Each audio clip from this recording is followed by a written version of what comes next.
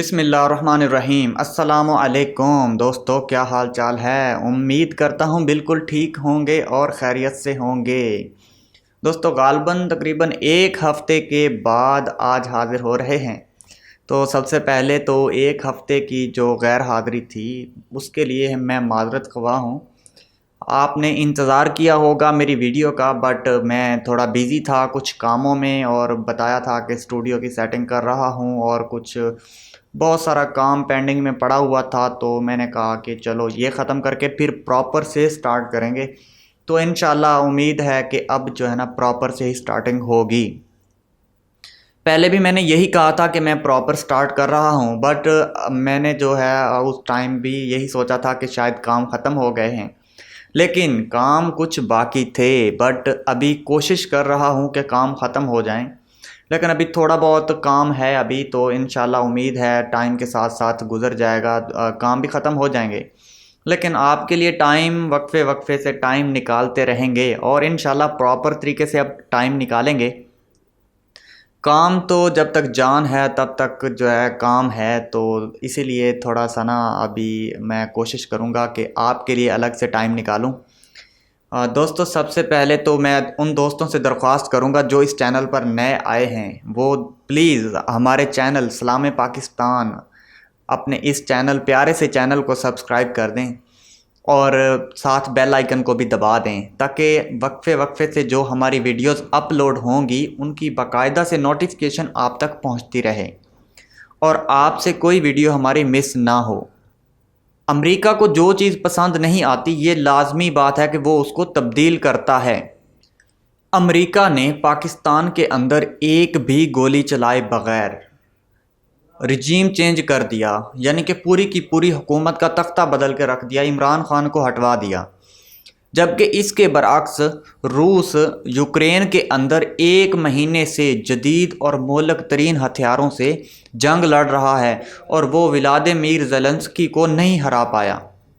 دوستو بات یہ نہیں ہے کہ امریکہ ایک سپر پاور ملک ہے جبکہ روس کمزور ہے، یا پھر عمران خان کمزور اور زیلنسکی طاقتور ہے۔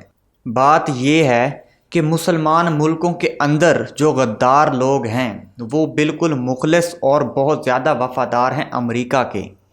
اسی وجہ سے امریکہ جہاں چاہتا ہے اپنی مرضی کے مطابق کام کرتا ہے، اپنی مرضی کے مطابق حکومتیں تبدیل کرتا ہے، اور اپنی ہی مرضی کے مطابق وہاں رجیم چینج گیم کھیلتا ہے۔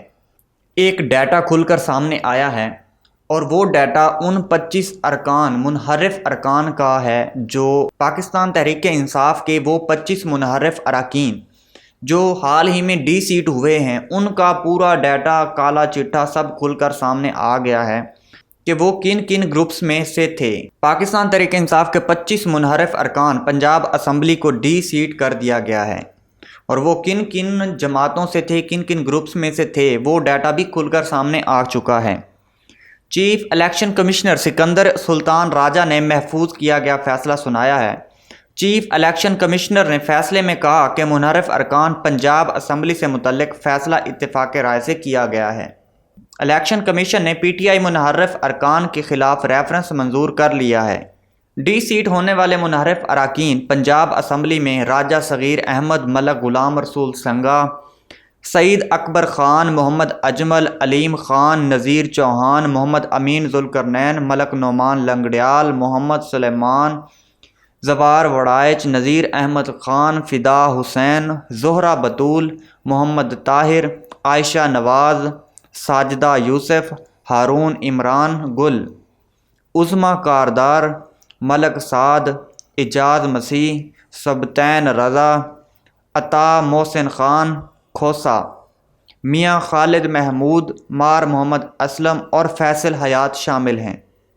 ڈی سیٹ ہونے والوں میں 5 ارکان کا تعلق علیم خان گروپ سے ہے، 4 ارکان کا تعلق اسد کھوکھر گروپ سے ہے، جبکہ 16 ارکان کا تعلق ترین گروپ سے ہے۔ ڈی سیٹ ہونے والے پنجاب اسمبلی کے جو رکن تھے وہ کن کن حلقوں سے منتخب ہو کر آئے تھے ان کا بھی ڈیٹا سامنے آ چکا ہے۔ اس کے علاوہ ڈی سیٹ ہوئے راجہ صغیر پی پی 7 راولپنڈی سے، ملک غلام رسول سانگا پی پی 83 خوشاب سے، سعید اکبر نوانی PP90 بھکر سے منتخب ہوئے تھے۔ محمد اجمل چیمہ PP97 فیصل آباد، عبدالعلیم خان PP158 لاہور سے منتخب ہوئے تھے۔ نذیر چوہان PP167 لاہور سے، امین ذوالقرنین PP170 لاہور سے، ملک نعمان لنگڑیال PP202 ساہیوال سے، سلیمان نعیم PP217 ملتان سے منتخب ہوئے تھے۔ زوار حسین وڑائچ PP224 لودھرا، نذیر احمد خان PP228 لودھرا، فدا حسین PP237 بہاول نگر، زہرہ بطول PP272 مظفر گڑھ، لالا طاہر PP282 لیا، اسد کھوکھر PP168 لاہور سے منتخب ہوئے تھے۔ محمد سبطین رضا PP273 مظفر گڑھ، Mohsin Ata Khan Khosa PP288 D G Khan, Mian Khalid Mahmood PP140 Shekau پورہ، مار محمد اسلم PP127 جھنگ، فیصل حیات جبوانا PP125 جھنگ سے کامیاب قرار پائے تھے۔ عائشہ نواز W322 مخصوص نشست، ساجدہ یوسف W327 مخصوص نشست، عظمیٰ کاردار W311 مخصوص نشست، ہارون عمران گل NM 364 اقلیتی نشست، اعجاز مسیح NM 365 اقلیتی نشست پر رکن پنجاب اسمبلی منتخب ہوئے تھے۔ اب ایک ڈیٹا یہ بھی ہے کہ ان کو پچھلی حکومت کے وقت جب پچھلی بار الیکشن ہوا تھا، جب یہ دوسری پارٹیوں سے منتخب انہوں نے ٹکٹ حاصل کیا تھا، تو اس ٹائم ان کو کتنے ووٹ پڑے تھے، جبکہ اب جب یہ پی ٹی آئی کے ٹکٹ پر الیکشن لڑے تھے تو ان کو کتنے زیادہ ووٹ پڑے۔ یہ ڈیٹا بھی ہم آنے والے وقت میں آپ کے ساتھ شیئر کریں گے۔ ان میں بہت زیادہ ڈفرینس ہے۔ جب یہ کسی اور پارٹی سے الیکشن لڑے تھے تو ان کو اتنے زیادہ ووٹ نہیں پڑے تھے۔ کچھ ہیں ان میں سے جن کی اپنی اکثریتی ووٹ جو ہے وہ کافی زیادہ ہیں، لیکن اس کے باوجود یہ جیت نہیں سکتے تھے۔ لیکن جیسے ان کو پی ٹی آئی کا ٹکٹ ملا، پاکستان تحریک انصاف کا عمران خان نے جب ان کو ٹکٹ دیا تو ایک خاصی اچھی تعداد ان کو ووٹس کی صورت میں ان کو ملی، جس کی صورت میں یہ کامیاب ہوئے۔ اس کے باوجود انہوں نے اپنی ہی پارٹی پاکستان تحریک انصاف کے ساتھ غداری کی اور عمران خان کی پیٹھ میں چھرا گھونپا۔ کیا ایسے لوگوں کو آپ دوبارہ الیکشن جیتنے کا اور ان کو ووٹ دینے کا موقع دیں گے؟